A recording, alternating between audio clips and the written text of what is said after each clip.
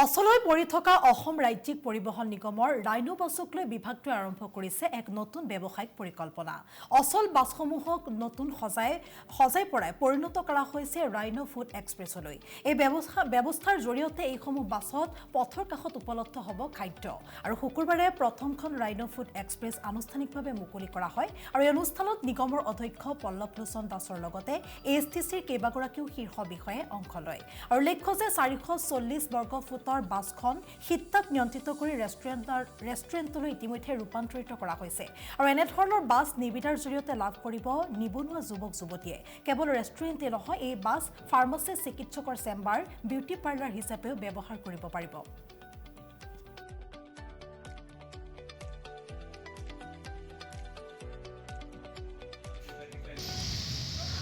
ৰাজ্যিক পৰিবহণ নিগমৰ এক অভিনৱ প্ৰয়াস। আমাৰ কেইবাখনো বাছ এনেকুৱা আছিলে যিসমূহ আমি সেৱাত ব্যৱহাৰ কৰিব পৰা নাছিলোঁ আৰু সেইসমূহ এনেই আমাৰ হেৰিয়াত পৰি আছিলে। তো আমি চেষ্টা কৰিলোঁ যে ইয়াক নতুনত্ব দিব পৰা যায় নেকি।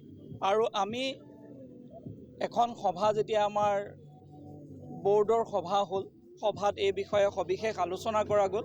আলোচনা কৰাৰ পিছত আমাৰ পৰিচালন সঞ্চালক চিন্ময় ফুকন আমি সকলোৱে এটা সিদ্ধান্ত গ্ৰহণ কৰিলোঁ যে ইয়াক আমি অল্টাৰনেটিভ ব্যৱসায়লৈ ৰূপান্তৰ কৰিব পাৰোঁ নেকি। আৰু সেইকাৰণে অল্টাৰনেটিভ বিজনেছৰ যিটো মডেল সেইটো আমি ল'লোঁ। বাছক আমি বেলেগলৈ কনভাৰ্ট কৰিম, কাৰণ ব্যৱহাৰ নোহোৱা, কাৰণ এয়া আমি ৰাস্তালৈ নিব নোৱাৰোঁ, কাৰণ বহুত ডাঙৰ আৰু ইয়াত মানে যিটো ফুৱেল কনজাম্পশ্যন সেইটো দি পেলাই আমাৰ এইটো বহুত ইকনমিকেলি ভাইবল নহয়, আমাৰ ক্ষতিহে হয়। তো সেইবাবে আমি অল্টাৰনেটিভ ইনকামৰ বাবে এইটো ব্যৱস্থা কৰিলোঁ আৰু খুব ভাল।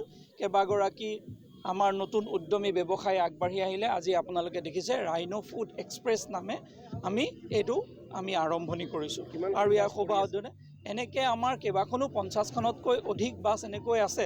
তাৰে আমি বিভিন্ন স্থানত আছে। আমি সেইখিনিৰ বাবে যোগাযোগ কৰি আছোঁ। বহুতে আমাৰ লগত যোগাযোগত আছে। আমি পৰ্যায়ক্ৰমে সকলোৰ লগত আলোচনা কৰি বিভিন্ন ধৰণে ইয়াত ব্যৱহাৰ হ'ব। ইতিমধ্যে আপোনালোকক আমাৰ সভাত কৈছিলে যে কোনোবাই চেলুন এখন কৰিব বিচাৰিলে চেলুন হিচাপে ব্যৱহাৰ কৰিব পাৰে, কোনোবাই ফাৰ্মাচী হিচাপে ব্যৱহাৰ কৰিব পাৰে, কোনোবা এজন চিকিৎসকে চেম্বাৰ হিচাপে যদি বনাব বিচাৰে সেয়াও কৰিব পাৰে, কোনোবাই ৰেষ্টুৰেণ্ট হিচাপে ব্যৱহাৰ কৰিব পাৰে। বিভিন্ন ধৰণে, যিহেতু ঠাইৰ অভাৱ থাকে বহু জেগাত, কিন্তু এই বাছখন ইমান ডাঙৰ এখন বাছ।